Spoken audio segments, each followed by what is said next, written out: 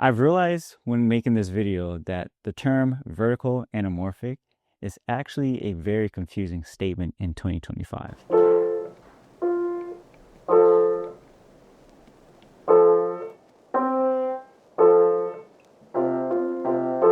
For instance, 5 years ago, when it was first introduced to me, the filmmaking community had more interest rather than a disdain for the word vertical. And I think that's where the confusion is coming from. And I bet some of you are already rolling your eyes at the amount of black space that you see on the left and right side of the frame, but stick with me. Personally, I've embraced this format. I've shot a music video using a anamorphic vertical setup, and I did my own review back in my Zcam days. So here's my attempt to bring some clarity, answer a few questions that you all asked me on my platforms, build a rig or two, and convince you to try something new. Let's run through a few scenarios. What you're seeing here is the 40mm DZO RO on a GFX in 4K 16:9. Here it is in full frame 3:2 mode, and now cropped to 16:9. Here's the Blazer Remix 45mm. Slightly different framing, but you get the gist of it. This is in the full frame mode at 3:2 aspect ratio and D-squeeze at 1.5. Now here's my GFX in full frame at 3:2, rotated vertically and keeping the lens in its normal orientation. This gives us closer to a 1:1 aspect ratio. Actually gives it an exact 1:1. We'll do the math later.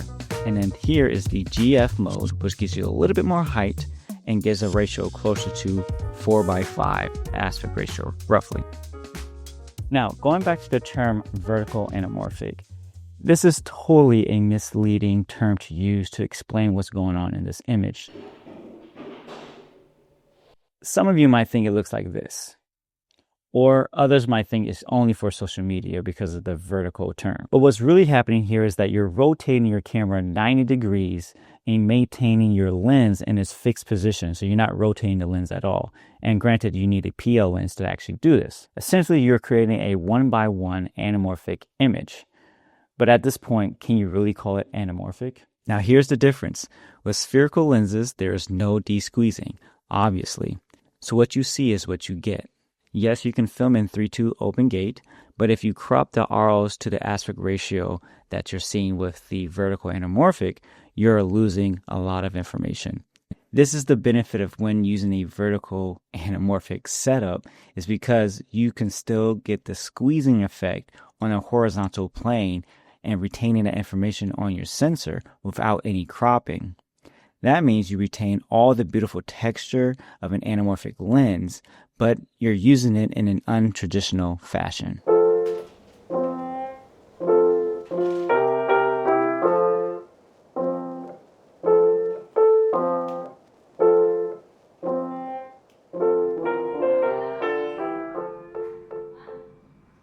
A familiar partner is back on the channel and sponsoring today's video, Audiio. Y'all know I talk highly about Audiio, and the features coupled with the low prices, it's hard to beat. Now, I want to highlight two features that's made my search for music a lot easier on the platform: Link Match AI and Hans. One of my pain points with other platforms is searching for music for videos like this or paid projects, and I spend too many hours searching for the music on their sites. These two features speed up that search and weeds out music that I already used, and it makes it way easier to find new music on Audio's platform. With Link Match AI, you can simply put in a song that you like from YouTube or Spotify, for example, paste it in, and Link Match AI will look for songs that have a similar vibe and feeling. Now, here's what's cool about Audio's most recent feature, Hans. You can type in a feeling or description of what you're looking for, and it will give you options as well. Hans is in its first generation, but as Audiio grows more music and adds more to the library, it's going to get better at curating the music that you're looking for and give better suggestions. Use Cine70 for 70% off your first year, which would just be $59 when you sign up for a pro account. Check out the link in the description below. Thanks again, Audiio, for sponsoring this video. I've been really trying to put my finger on what this looks like and what this feels like. There is definitely a separation that a spherical lens can't reproduce just because of the distortion that these anamorphic lenses apply to the image. And the thing that I landed on most recently is this feels like a 6x7 Pentax with the 105 f2.4 lens on it. That separation that it renders is beautiful. That's obviously a large format. But now I can kind of see it here happening in video. Like, take a look at this frame. This is actually a little bit tighter than I would usually want it. If this was on the 45, which I don't have anymore, this would feel way grander, but still have that fall off and that milkiness to it. And so, you know, if you do these full body shots, they just feel unreal in the best way possible. And that's what it kind of looks like to me, is that 6x7 image that a 120 film scan looks like from that camera and that lens combination. Because, you know, you're dealing with sort of this reverse focal length, so it's not really 105, it's more like a 50 f1.2. So you're getting that compression, but you're still getting a wider field of view, and this is what anamorphic lenses are doing anyway, but now you're applying it to video.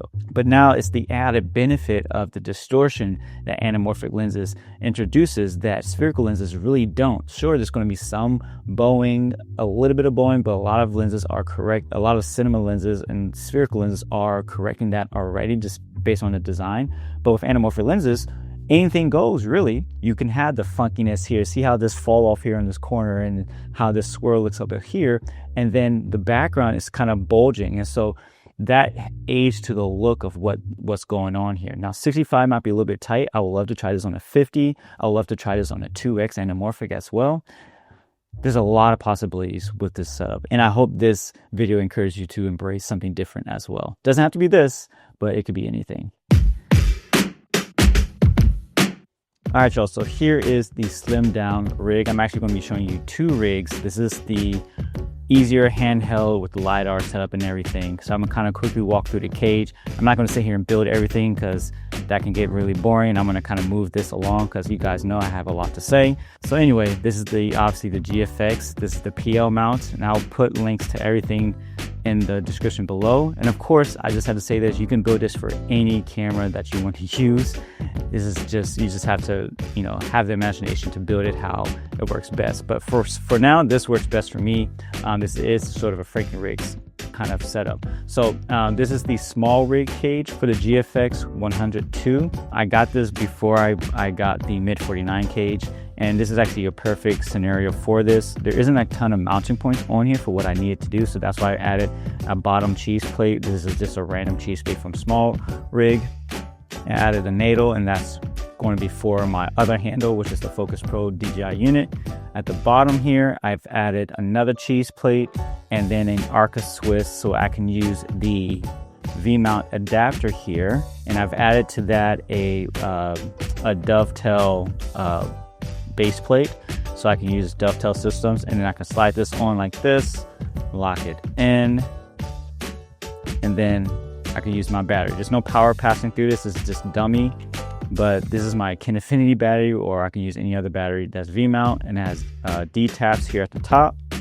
Let's zoom in a little bit more. It has some D-taps here at the top. It has two USB-Cs as well, so I can power all my accessories off of this one battery, which is really nice.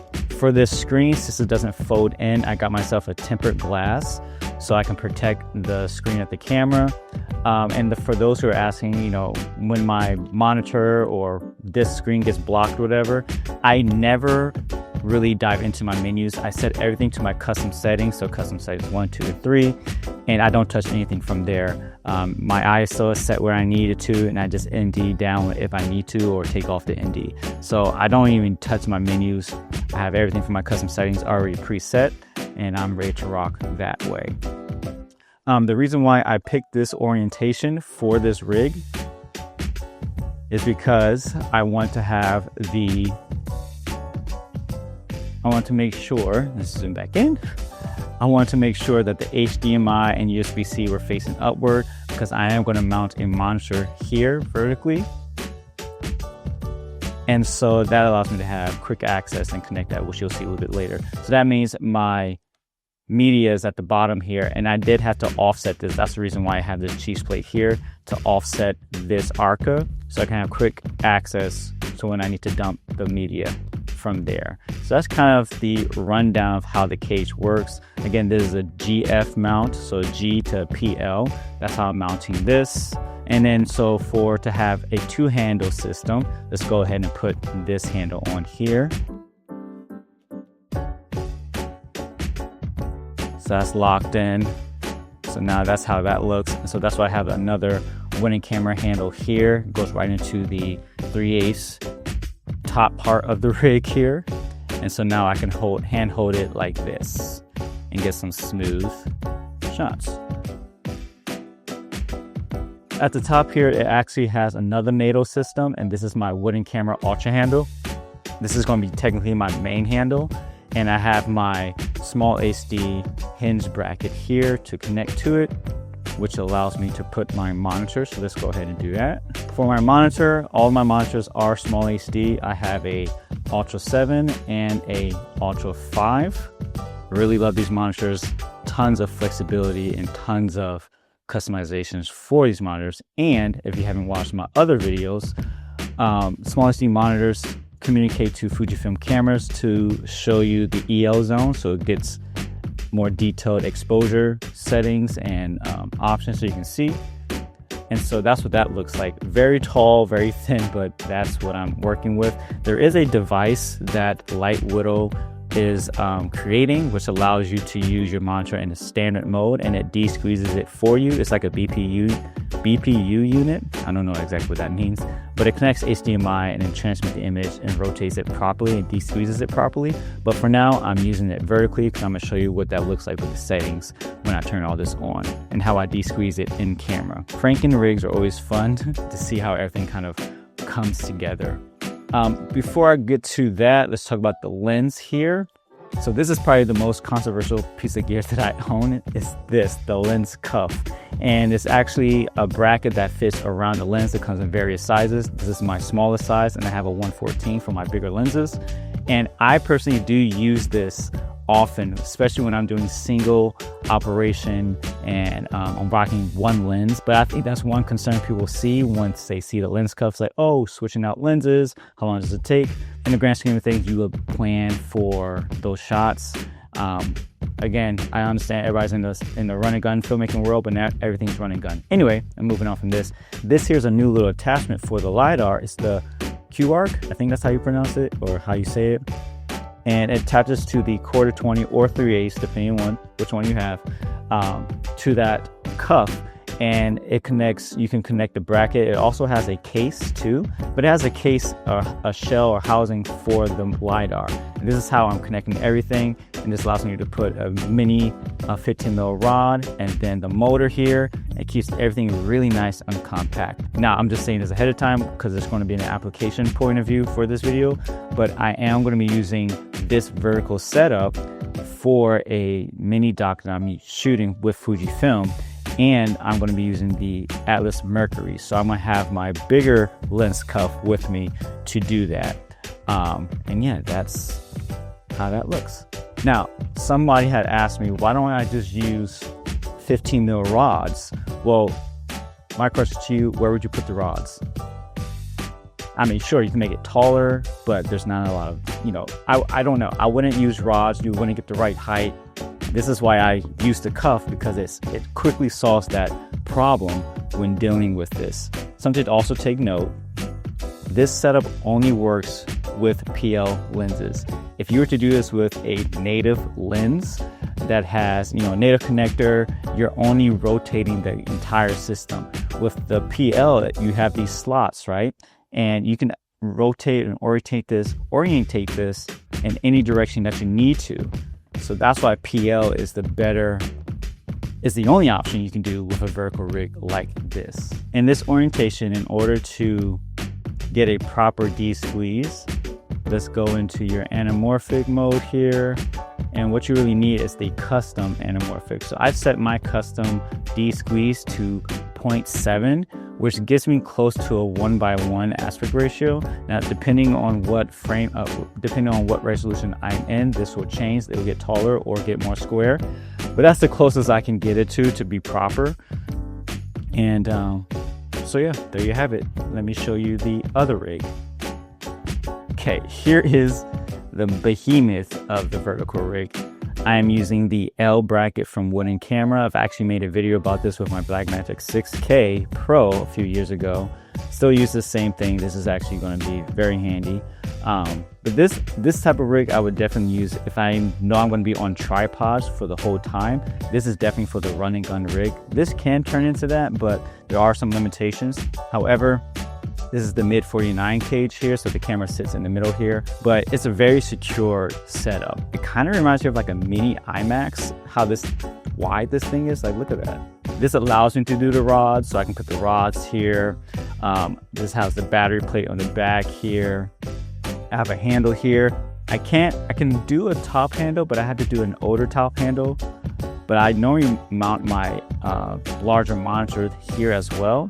And it gives me just a bunch of space to kind of add accessories as I need it. Now, handheld, this will be a nightmare, so I will probably use an easy rig attached somewhere to get this properly balanced. Once the camera's in here, it is more balanced, but it is a lot heavier than the handheld rig that I was just showing earlier. But I wanted to give you what that case looks like here.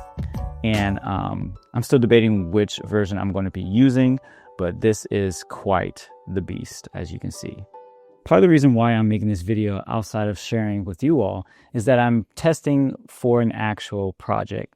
Taylor and I have been hired to do a mini doc with Fujifilm, and so I proposed filming in vertical or 1x1 anamorphic and got approved. So I'm really excited. So I've been doing a lot of different testing, especially with the GFX, to find the right workflow, the resolution combination, which isn't a ton, but this is why I've been just doing random footage around my house. So I really like this idea. The texture is going to be perfect for what we're filming, the subject matter that we're filming, and I'm really excited to share what that's going to look like later on. But for those who are worried about this, the application of this, again, because I think everybody was concerned about it being vertical. Again, this is a 1x1 frame that you're trying to achieve, and maybe even wider if you had a 2x lens, because that would double your field of view on the horizontal plane, dealing with the square and all that stuff. So it'd be like a 4x3. Anyway, I digress. But yes, you can use this in a narrative context, commercial, documentary, social media. It just depends on how you plan to utilize it. This is a very specific way of doing something, so you're going to have to see if this is actually going to fit the story that you're trying to tell, along with the visuals. Now, don't get me wrong, I do love a sweeping widescreen shot, and your eye can dot around the composition. I do love those shots. Come on, you can't get mad at that. But in this case, I feel like a 1x1 image is just way more intentional, because you are dealing with a much more limited frame. So what you're putting in that frame matters a lot. And that's okay. That's with anything. But you get what I'm trying to say. It's like a 1x1 frame is just, when it hits, it hits. And better yet, you're dealing with an anamorphic 1x1 frame. So you have all that texture. And you can go from a 4x5 down to a 1x1 to have a better deliverable, to make it more viewable on YouTube and other platforms like that. In this case, I will probably be uploading the video in a 1x1 format, so you won't get the black bars, but we'll cross that bridge when it's time. And some of you might have known or if you've been following or watched my last few videos, I just came off of a commercial with Home Depot, and we filmed that whole 2 days with phones, vertical. So we use phones to film the content. And so it's that, I know the disdain of vertical over the last few years, but I'm with it. I'm rolling with the wave that's coming in as this trend, and because it's where the job is going. So I'm going to utilize my skills to learn and to adapt before I get left behind and there's no money to make. So that's how I see it. Curious to know what your thoughts are. Let's talk a little bit of the technical side of things too. So for this mini doc, I will be doing a 1x1 output and post. However, I'm going to be filming in the GF mode, which is a 17x9, in this case a 9x17 longer image, and it's roughly a 4x5 aspect ratio. But now I have the ability to crop as a 1x1. So I have the flexibility up and down, at least if I need to recomp, and that's the safety I'm going to be using for this.